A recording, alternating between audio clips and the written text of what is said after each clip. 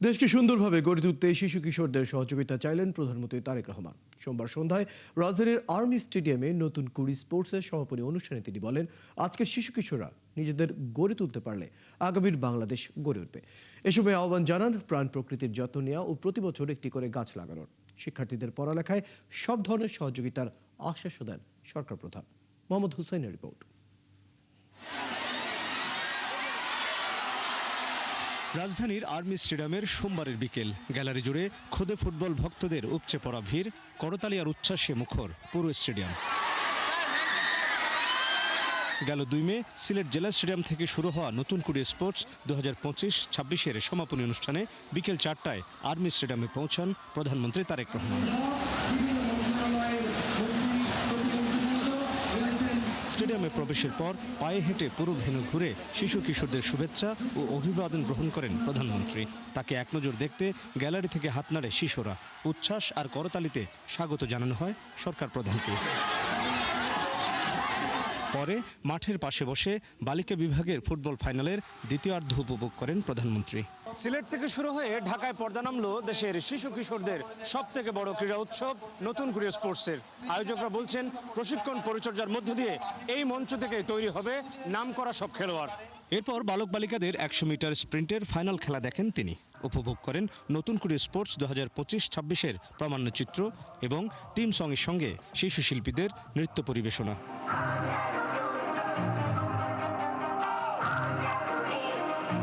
বক্তব্যে প্রধানমন্ত্রী তারেক রহমান বলেন, দেশকে সঠিকভাবে গড়ে তুলতে কাজ করছে তার সরকার। আমরা এই যে দেশকে সঠিকভাবে গড়ে তোলার কাজ করছি, এই কাজটি আমরা তখনই করতে পারবো যখন এই যে তোমরা যারা গ্যালারিতে বসে আছো, আমার হাতের বাম পাশে তোমরা যারা খেলোয়াড়রা বসে আছো, যারা পুরস্কার পেয়েছো প্রায় 350 খেলোয়াড়, তোমরা যদি আগামী দিনে নিজেদেরকে গড়ে তুলতে পারো সঠিকভাবে, তাহলেই আমরা বাংলাদেশকে ভবিষ্যতে গড়ে তুলতে পারবো। কারণ প্রাণ প্রকৃতির প্রতি যত্ন নেওয়ার তাগিদ দিয়ে আহ্বান জানান প্রতি বছর সবাইকে একটি করে গাছ লাগানোর। তোমাদের হেল্প চাই আমার, সেই হেল্পটি হচ্ছে প্রতি বছর চেষ্টা করবে তোমার বাড়ির আশেপাশে হোক, তোমার স্কুলের আশেপাশে হোক, অথবা যেখানে তুমি সুবিধা মনে করো সেইখানে একটি করে প্রতি বছর গাছ লাগাতে হবে। Man of the tournament. পরে বিজয়ীদের মাঝে পুরস্কার বিতরণ ও ফটো সেশনে অংশ নেন প্রধানমন্ত্রী তারেক রহমান। মোহাম্মদ হুসাইন, 71, ঢাকা। শাপলা চত্বরে হত্যাযজ্ঞে মানবতা বিরোধী অপরাধের মামলায় শেখ হাসিনা, সাবেক সেনাপ্রধান আজিজ সহ 41 জনের বিরুদ্ধে অভিযোগ আমলে নিয়েছে আন্তর্জাতিক অপরাধ ট্রাইব্যুনাল। সেই সাথে পলাতক শেখ হাসিনা, আজিজ, বেনজির সহ আসামিদের বিরুদ্ধে গ্রেফতারি পরোয়ানা জারি করা হয়েছে। এ নিয়ে চিফ প্রসিকিউটর বলেন, হেফাজতে ইসলামকে নিশ্চিহ্ন করতেই 2013 সালের 5 মে শাপলা চত্বরে পরিকল্পিত গণহত্যা চালানো হয়। বিস্তারিত জানাচ্ছেন মাইনুল মারুফ। 2013 সালের 5 মে রাতের নীরবতার বদলে শাপলা চত্বর এলাকা প্রকম্পিত হয় সাউন্ড গ্রেনেড, গুলি, সাইরেন আর আর্তনাদের শব্দে। ভেস্তে যায় হেফাজতে ইসলামের মহাসমাবেশ। তখন সেই ঘটনায় হতাহতের বিষয়টি অস্বীকার করে আওয়ামী লীগ সরকার। সরকারের পক্ষ থেকে দাবি করা হয়, কেউ নিহত হয়নি, রং মেখে শুয়েছিল তারা। 24শে জুলাই আন্দোলনে ক্ষমতাচ্যুত শেখ হাসিনা পালিয়ে যাওয়ার পর শাপলা চত্বর হত্যাযজ্ঞের তদন্তে নামে ট্রাইব্যুনালের তদন্ত সংস্থা। সোমবার এই মামলায় শেখ হাসিনা, বেনজির আহমেদ, আজিজ আহমেদ, সাবেক আইজিপি শহীদুল হক, শামসুল হক টুকু সহ 41 জনের বিরুদ্ধে অভিযোগ আমলে নেয় ট্রাইব্যুনাল 2। জারি করা হয় পলাতক আসামিদের বিরুদ্ধে গ্রেপ্তারি পরোয়ানা। আমাদের এই হেফাজতের ইনভেস্টিগেশনের মধ্যে 41 জনকে আমরা সরাসরি তাদের সম্পৃক্ততা পেয়ে 41 জনকে আমরা সেন্ট আপ করেছি। তাদের বিরুদ্ধে আমরা আজকে ফর্মাল চার্জ দাখিল করেছি এবং এই 41 জনের বিরুদ্ধেই মাননীয় ট্রাইব্যুনাল নাম্বার 2 অভিযোগ তারা আমলে নিয়েছেন। চিফ প্রসিকিউটর বলেন, এটি ছিল আন্দোলনকারীদের নিশ্চিহ্ন করে দেওয়ার প্রচেষ্টা। মেটিকুলাস ডিজাইনে পরিকল্পনা করে শাপলা চত্বরে আক্রমণ ও হত্যাকাণ্ড চালানো হয়। এর সাথে আওয়ামী লীগ দলীয়ভাবেও সম্পৃক্ত ছিল। ওনারা ঢাকা শহরের 3টি গেটে তারা প্রটেস্ট করবার জন্য এসেছিল, কিন্তু সেখানে দুপুরবেলা আওয়ামী লীগ কার্যালয়ের সামনে কয়েকজন হেফাজতের কর্মীকে তারা হত্যা করলো। হত্যা করার পরে তারা যখন বলল যে এটার প্রতিবাদ স্বরূপ আবার যখন শাপলা চত্বরে তারা জমায়েত হবেন, তখন এরই মধ্যে শেখ হাসিনা এবং তার যে মন্ত্রী পরিষদের সদস্যবৃন্দ তারা বৈঠক করলেন, একত্রে বসে মিটিং করলেন এবং কিভাবে হেফাজতকে সেখানে বৈঠক করতে না দেওয়া যায়, সেই জন্য তারা ওখানে বসে তারা পরিকল্পনা করলেন, কনস্পিরেসি করলেন। এদিন শুনানিতে শাপলা চত্বর হত্যাকাণ্ডের মামলাটি দ্রুত নিষ্পত্তির আবেদন জানায় প্রসিকিউশন। মাইনুল মারুফ, ৭১, ঢাকা। এবছরে দেশে ধর্ষণ বেড়েছে দ্বিগুণেরও বেশি। 2025 সালের এই অপরাধের শিকার হয়েছেন 748 জন নারী এবং কন্যা শিশু, যা আগের বছরের তুলনায় 53.6% বেশি। সোমবার এই পরিসংখ্যান তুলে ধরে বাংলাদেশ মহিলা পরিষদ। সংবাদ সম্মেলনে সংগঠনটির সভাপতি ফৌজিয়া মুসলিম বলেন, নৈতিক স্থলন হলে কারো সংসদ সদস্য পদে থাকা উচিত নয়। শাহরিয়ার ইমতিয়াজের প্রতিবেদন। নারী ও কন্যাদের নির্যাতনের চিত্র তুলে ধরতে এই সংবাদ সম্মেলনের আয়োজন করে বাংলাদেশ মহিলা পরিষদ। এখানে তুলে ধরা হয় বিগত বছরের নারী ও কন্যা শিশু নির্যাতনের গবেষণাভিত্তিক সমীক্ষা। 14টি জাতীয় দৈনিক পত্রিকাকে বিশ্লেষণ করে সংগঠনটি জানায় 2025 সালে নারী ও কন্যা শিশু নির্যাতনের সংখ্যা ছিল 2808টি, যা 2024 সালের তুলনায় 283টি বেশি। সংগঠনটি আরও জানায় সবথেকে বেশি বেড়েছে ধর্ষণের সংখ্যা। যেখানে 2024 সালে ধর্ষণের সংখ্যা ছিল 487টি, সেটি 2025-এ বেড়ে দাঁড়ায় 748টি। সহিংসতা যে একটা চরম রূপ, সাধারণ নির্যাতন এখন সরাসরি হচ্ছে হত্যায় রূপ নিচ্ছে, কারণ আমরা দেখতে পাচ্ছি যে হত্যার মাত্রাটা অনেক বেশি। এসবের পিছনে রাজনৈতিক ক্ষমতার দাপট, বিচারহীনতার সংস্কৃতি আর এলাকাভিত্তিক কিশোর গ্যাং কালচারকে দায়ী করা হয়েছে। সহিংসতা বাড়লে আইন শৃঙ্খলা পরিস্থিতির অবনতি হয় এবং আইন শৃঙ্খলা পরিস্থিতির অবনতি হলে সমগ্র জনপদের সব মানুষেরই জীবনের নিরাপত্তা বিঘ্নিত হয়। সেই বিষয়টা আমার মনে হয় যে আমাদের সবসময় মনে থাকা উচিত। তিনি আরো বলেন, কারো চারিত্রিক স্খলন হলে তিনি সংসদ সদস্য পদে থাকতে পারেন না। আমাদের সংসদ ভিন দেশে যে টুকরা টুকরা লাশ হয়ে পড়বেন সেরকম সংসদও চাই না। আমরা এরকম সংসদও চাই না যিনি যার ব্যক্তিগতভাবে তার চারিত্রিক স্খলন থাকবে। যে গোষ্ঠীর স্বার্থে রাজনীতি পরিচালিত হয় সেই গোষ্ঠীর স্বার্থই নারীর বিচার প্রাপ্তিতে বাধা সৃষ্টি করছে। এদিকে সহিংসতা প্রতিরোধ ও প্রতিকারের জন্য 20 ধরনের সুপারিশ দেয় মহিলা পরিষদ। যদি আপনারা গণমাধ্যমে আনেন। শাহরিয়ার ইমতিয়াজ, ৭১, ঢাকা। নারী ও শিশুর সুরক্ষার বিষয়টি সরকার সবচেয়ে গুরুত্বের সাথে দেখছে বলে জানালেন স্থানীয় সরকার, পল্লী উন্নয়ন ও সমবায় মন্ত্রী এবং বিএনপি মহাসচিব মির্জা ফখরুল ইসলাম আলমগীর। সোমবার সন্ধ্যায় ঠাকুরগাঁও 250 শয্যা বিশিষ্ট জেনারেল হাসপাতালের ম্যানেজিং কমিটির সভা শেষে সাংবাদিকদের সঙ্গে আলাপকালে এসব কথা বলেন তিনি। ফখরুল বলেন, নারী ও শিশুদের নিরাপত্তার বিষয়টি সর্বোচ্চ গুরুত্বের সঙ্গে দেখছে সরকার। নারী ও শিশু নির্যাতন প্রতিরোধ আইন আরও কঠোর করা হয়েছে উল্লেখ করে তিনি আরও জানান, অপরাধের ধরন অনুযায়ী সর্বোচ্চ শাস্তি মৃত্যুদণ্ডের বিধানও কার্যকর করা হচ্ছে। এ সময় ঠাকুরগাঁও জেনারেল হাসপাতালের অবকাঠামো ও সেবার মান আরও উন্নত করতে পর্যায়ক্রমে সব সমস্যার সমাধান করা হবে বলে আশ্বাস দেন মির্জা ফখরুল। যে সবকিছু করার চেষ্টা করা হচ্ছে, সরকার অত্যন্ত আন্তরিকতার সঙ্গে চেষ্টা করছে। নারী ও শিশুদের ব্যাপারটা অনেক বেশি আন্তরিকতার সঙ্গে চেষ্টা করা হচ্ছে। আইন পরিবর্তন করা হয়েছে, আপনি জানেন যে একেবারে মৃত্যুদণ্ড পর্যন্ত দেওয়ার ব্যবস্থা করা হয়েছে। সেই কাজে আমরা করছি। মাদককে বন্ধ করার জন্য আমরা স্থানীয়ভাবে ব্যবস্থা নিচ্ছি, সেই সঙ্গে আমাদের জাতীয়ভাবে ইতিমধ্যে আইন তৈরি হয়েছে, মৃত্যুদণ্ড পর্যন্ত দেওয়া হবে। সুতরাং এটা সামগ্রিক একটা ব্যাপার, এটা বিচ্ছিন্ন কোনো ব্যাপার নয়। আমরা আসুন সবাই মিলে আমরা চেষ্টা করি যাতে আমাদের সমাজ থেকে আমরা লিভেবল করতে পারি। 6 নবজাতকের মৃত্যুর ঘটনায় 1.5 মাস আগে আদ্দিন হাসপাতালের লাইসেন্স বাতিল করেছিল স্বাস্থ্য অধিদপ্তর। লাইসেন্স বাতিলে সেই সিদ্ধান্ত প্রত্যাহার করে আবারও কার্যক্রম পরিচালনার অনুমতি দিয়েছে সরকার। তবে সরকারের পক্ষ থেকে দেয়া হয়েছে 3টি শর্ত। লাইসেন্স ফিরে পেয়ে সরকারের প্রতি কৃতজ্ঞতা জানিয়েছে হাসপাতাল কর্তৃপক্ষ। মেহেদী হাসানের রিপোর্ট। প্রায় 1.5 মাস পর আদ্দিন হাসপাতালের লাইসেন্স ফিরিয়ে দিয়েছে সরকার। একই সাথে হাসপাতালটিকে শর্ত সাপেক্ষে পুনরায় কার্যক্রম পরিচালনার অনুমতি দেওয়া হয়েছে। এই খবর জানতে পেরে অনেকেই ভিড় করেছেন হাসপাতালে। লাইসেন্স ফিরে সরকারের প্রতি কৃতজ্ঞতা জ্ঞাপন করেন হাসপাতাল কর্তব্যরতরা। রোগীদের আস্থার জায়গা অর্জন করে দেশের সেবায় এগিয়ে যেতে চায় জানান বলে আদ্দিন কর্তৃপক্ষ। সরকারকে ধন্যবাদ জানাই এবং কৃতজ্ঞতা জানাই আদ্দিনের লাইসেন্স পুনর্বহালের জন্য। এই সময় আমরা ডাক্তারদের, নার্সদের এবং অন্যান্য সেবাকর্মী যারা আছে তাদেরকে আমরা ইমার্জেন্সি ম্যানেজমেন্ট ট্রেনিং, যেটা ALS বা BLS বেসিক লাইফ সাপোর্ট বা অ্যাডভান্স লাইফ সাপোর্টের ট্রেনিং দেওয়া, সেই ট্রেনিংও আমরা দিয়েছি। সরকারের দেয়া শর্ত অনুযায়ী the medical practice and private clinics and laboratories ordinance যথাযথভাবে প্রতিপালন করার পাশাপাশি প্রয়োজনীয় চিকিৎসক ও নার্স নিয়োগ দ্রুত সম্পন্ন করতে হবে। তবে ভবিষ্যতে লাইসেন্সের কোনো শর্ত লঙ্ঘিত হলে সরকার ক্ষমতাপ্রাপ্ত কর্তৃপক্ষের মাধ্যমে আইনানুগ ব্যবস্থা গ্রহণ করতে পারবে। এদিকে কবে নাগাদ হাসপাতাল পুরোপুরি চালু হবে সে বিষয়ে কর্তৃপক্ষ পরে জানাবে বলে জানানো হয়। মেহেদী হাসান, ৭১, ঢাকা। একজন প্রধান শিক্ষিকার ব্যক্তিগত ফেসবুক রিলস, সেখানে ছিল না কোনো আপত্তিকর দৃশ্য বা বক্তব্য, তবুও সে ভিডিও ঘিরে শুরু হয় তীব্র ট্রল, কটূক্তি আর সাইবার বুলিং। তবে এর বিরুদ্ধে অভিনব প্রতিবাদ করেছেন শিক্ষকরা। একই গানের সঙ্গে রিলস বানিয়ে তারা জানাচ্ছেন সংহতি। একজন সংসদ সদস্য বলেছেন, সুস্থ ধারার চিন্তা কমে যাওয়ায় ওই নারী শিক্ষক ট্রলের শিকার হয়েছেন। জুলিয়া তানহার রিপোর্ট। একটি সাধারণ রিলস ব্যক্তিগত ফেসবুক অ্যাকাউন্টে পোস্ট করেছিলেন সিলেটের ফেঞ্চুগঞ্জ উপজেলার একটি সরকারি প্রাথমিক বিদ্যালয়ের প্রধান শিক্ষক ও জেলা শ্রেষ্ঠ প্রধান শিক্ষক বিউটি রানী পাল। ডিফারেন্ট টাচ ব্যান্ডের জনপ্রিয় গান শ্রাবণের মেঘগুলোর সঙ্গে তৈরি ভিডিওটি পোস্টের পরেই শুরু হয় বিতর্ক। ভিডিওটি ঘিরে সামাজিক যোগাযোগ মাধ্যমে শুরু হয় ট্রল, কটূক্তি ও সাইবার বুলিং। একজন শিক্ষিকা এমন ভিডিও করতে পারেন কিনা তা নিয়ে প্রশ্ন তোলা হয়, এমনকি তার বিরুদ্ধে ব্যবস্থা নেওয়ার দাবিও ওঠে। এর মধ্যেই শিক্ষিকার বিরুদ্ধে তদন্ত কমিটি গঠনের গুজব ছড়িয়ে পড়ে। কোনো স্টেপ নেওয়া হয় নাই। এটা আমাদের কালকে মন্ত্রী মহোদয় এখানে একটা ইস্যু বলছে যে এটা কোনো অন্যায় উনি দেখেন নাই।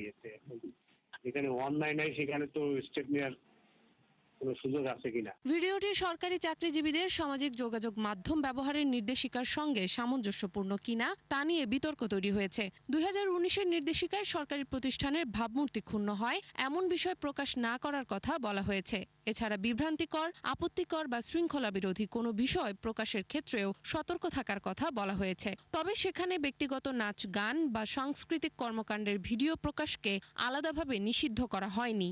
কোনো আইনের কোনো ধারায় কোনো অপরাধ হয়নি। এ বিষয়ে স্বতন্ত্র সংসদ সদস্য ব্যারিস্টার রুমিন ফারহানা বলেন, উন্নত বিশ্বের সঙ্গে তাল মিলিয়ে চলতে হলে আমাদের চিন্তা ভাবনাতেও পরিবর্তন আনতে হবে। যে আমাদের সুস্থ বিনোদনের অভাব, সুস্থ চিন্তার অভাব এবং সুস্থভাবে কোনো কিছু দেখবার যে দৃষ্টিভঙ্গি, সেটাকে আমরা হারিয়ে ফেলেছি।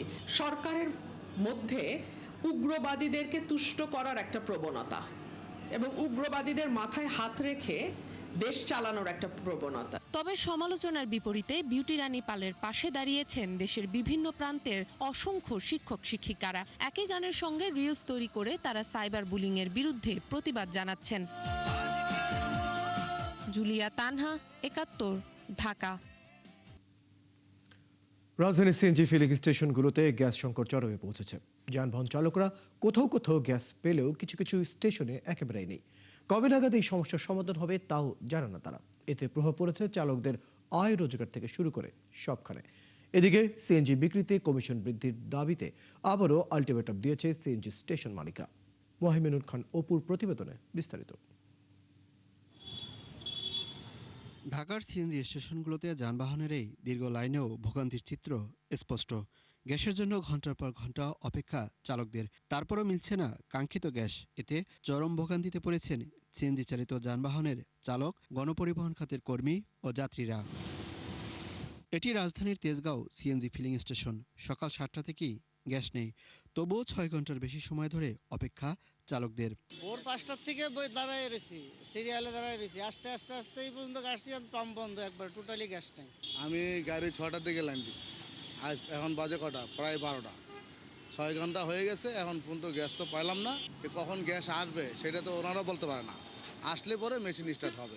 আবার দীর্ঘ সময় লাইনে থেকে গ্যাস পাচ্ছেন মাত্র 29 টাকার, যা দিয়ে 1 ঘন্টা চালাতে পারবেন। ফলে এমন সংকটের প্রভাব পড়েছে চালকদের আয় রোজগারেও। 29 টাকা ঘন্টা খানেক চলা যাবে, আর পরে আবার 1.5-2 ঘন্টা লাইনে দাঁড়াইতে হবে। মাহাজনে তো আমার করতে 1 টাকাও কম দেয় না, যা জমা তাই নেয়। কিন্তু আমরা তো মাহাজনে জমা দিয়া আর এই গ্যাসের সিরিয়াল ধরি আমরা 1 টাকাও ঘরে নিতে পারি না। আমরা দৈনিক ইনকাম যা করি তা দিয়ে আমাদের ফ্যামিলি বা সংসার নিয়ে চলতে পারি, কিন্তু এখন যে বর্তমান পরিস্থিতি, এই পরিস্থিতিতে আমাদের কাছে চলা অনেক কঠিন হয়ে যাচ্ছে। খালি পকেটে আই আবার খালি পকেটে বাসায় যাই, হাতে মনে করেন যে আমাদের ফ্যামিলি যে নিয়ে চলবো, ওই চলার মতো এই এক সপ্তাহ ধরে নাই। সিএনজি স্টেশনের কর্মকর্তারা বলছেন সরবরাহ স্বাভাবিক না থাকায় গ্যাস দিতে পারছেন না তারা। সকাল 7:25 থেকে নাই, মানে লো হওয়া শুরু করছে। এটা 8টা পর্যন্ত যে একেবারে আর ছিল না। যে পরিমাণ গ্যাসটা তাদের সিলিন্ডারে যাওয়ার কথা ওইটার 4 ভাগের 1 ভাগ চলে আসে, কারণ আমাদের ফ্লোটাও কম, চাপটাও কম, ওদেরও চাপটাও কম। সম্ভবত দামটা বাড়ায় দিলেই সরকার মনে হয় চাপটা ঠিক করে দিতে পারে। এদিকে বেশ কিছুদিন ধরেই সিএনজি বিক্রিতে কমিশন বৃদ্ধির দাবি করেছে পাম্প মালিকরা। এ নিয়ে 30 জুলাই পাম্প বন্ধের কর্মসূচিও দেয় তারা। তবে এবার তা স্থগিত করে নতুন করে আলটিমেটাম দিয়েছে সিএনজি স্টেশন মালিকরা। যদি সমস্যার সমাধানসমূহ যথাযথভাবে সমাধান না হয়, তবে আমরা আগামী মাসের 23শে আগস্ট তারিখ থেকে আমরা সারা দেশের সমস্ত স্টেশনগুলি বন্ধ রাখব।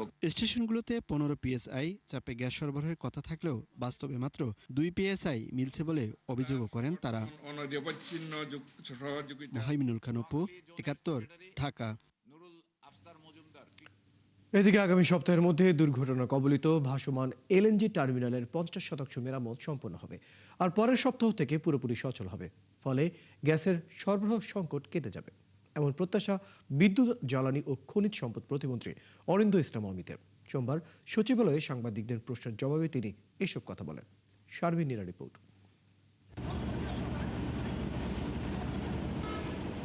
দেশে প্রতিদিন 380 কোটি ঘনফুট গ্যাসের চাহিদা থাকলেও সরবরাহ আছে 270 কোটি ঘনফুটের, যার প্রায় অর্ধেক দেশীয় উৎপাদন আর বাকিটা আমদানি নির্ভর। এমন বাস্তবতায় চলতি মাসে ভাসমান এলএনজি টার্মিনাল ক্ষতিগ্রস্ত হওয়াতে কমেছে সরবরাহ, ফলে তীব্র হয়েছে গ্যাসের সংকট। সচিবালয়ে এরই ব্যাখ্যা দিলেন জ্বালানি প্রতিমন্ত্রী। বড় ধরনের দুর্ঘটনায় সম্মুখীন হয় গত সপ্তাহে, যার ফলশ্রুতিতে ওই এফএসআরইউ থেকে আমরা তরলীকৃত গ্যাস, দেখে এলএনজিকে আমরা গ্যাসিফাই করতে পারছি না, গ্যাসে রূপান্তর করে আমরা ন্যাশনাল গ্রিডে সাপ্লাই করতে পারছি না। সেক্ষেত্রে আমদানিকৃত এলএনজি যে সাপ্লাইটা ছিল তার 50% এই মুহূর্তে কিন্তু কম্প্রোমাইজড হয়ে গেছে। তবে আগামী সপ্তাহে 50% মেরামত শেষ হলে আংশিক, আর তারপরের সপ্তাহে পুরো সচল হলে সরবরাহ সংকট কেটে যাবে প্রত্যাশা প্রতিমন্ত্রীর। তাৎক্ষণিক আমরা সমাধান দিতে পারছি না, এটা আমাদের সীমাবদ্ধতা। আমরা এই জন্য বারংবার এটার জন্য দুঃখ প্রকাশ করছি, কিন্তু আমরা একেবারে 24/7 আমাদের টিম তাদের সাথে একান্তভাবে কাজ করছে। আমরা যেটা বললাম যে আমরা আশা করছি আগামী সপ্তাহ থেকে পরিস্থিতি উন্নয়ন হবে ইনশাআল্লাহ। স্থানীয় উৎপাদন আমদানি করেও গ্যাসের চাহিদা মেটানো যাচ্ছে না, যে কারণে কারখানায়ও জ্বালানি সংকট হচ্ছে। প্রশ্নের জবাবে বলেন জ্বালানি প্রতিমন্ত্রী। বড় ইন্ডাস্ট্রি সে তার মতো করে একটা করবে, এটার জন্য এটা ট্যাঙ্কারে আসবে। আমরা চিটাগাং পোর্টে ধরেন ট্যাঙ্কারটা রিলিজ হবে, আমরা দেখি না 20 ফিট ট্যাঙ্কার বিভিন্ন জায়গায়, ঢাকার বিভিন্ন জায়গায় ছড়িয়ে আছে চিটাগাংতে, ঠিক ওই একেবারে বড় ট্রেলারে করে ওই ট্যাঙ্কার চলে যাবে পাওয়ার প্ল্যান্ট কিংবা ইন্ডাস্ট্রিতে। দীর্ঘমেয়াদে ভোলায় গ্যাসের চাহিদা পূরণ করে বাকিটা এলএনজিতে রূপান্তর করে অন্য অঞ্চলে সরবরাহ করা হবে পরিকল্পনার কথা জানান জ্বালানি প্রতিমন্ত্রী। ভোলায় স্থাপিত শিল্প কলকারখানার, ভোলায় স্থাপিত পাওয়ার প্ল্যান্টের, ভোলার সকল চাহিদা পূরণ করবার পরে যদি উদ্বৃত্ত গ্যাস থেকে থাকে সেইটা আমরা আনতে চাই। শারমিন নীরা, 71, ঢাকা। দেশের চিকিৎসা ব্যবস্থায় সবাইকে আস্থা রাখার আহ্বান জানিয়েছেন সমাজ কল্যাণ এবং মহিলা ও শিশু বিষয়ক মন্ত্রী অধ্যাপক ডক্টর AZM জাহিদ হোসেন। চিকিৎসার জন্য বিদেশ যাওয়ার প্রবণতা রোধে সরকার নানা কার্যক্রম গ্রহণ করেছে বলেও জানান তিনি। সোমবার দুপুরে রাজধানীর তেজগাঁওয়ে জাতীয় নাক কান গলা ইনস্টিটিউটে এক আলোচনা অনুষ্ঠানে তিনি এসব কথা বলেন। এ সময় দেশের চিকিৎসা ব্যবস্থায় আস্থা ফেরাতে চিকিৎসকদের মানবিক আচরণ, উন্নত সেবা ও সঠিক চিকিৎসা নিশ্চিত করার উপর জোর দেওয়ার কথা বলেন সমাজ কল্যাণমন্ত্রী। তিনি জানান এই বছরই নতুন করে 13টি ককলিয়ার ইমপ্লান্ট সার্জারি কেন্দ্র স্থাপন করা হবে।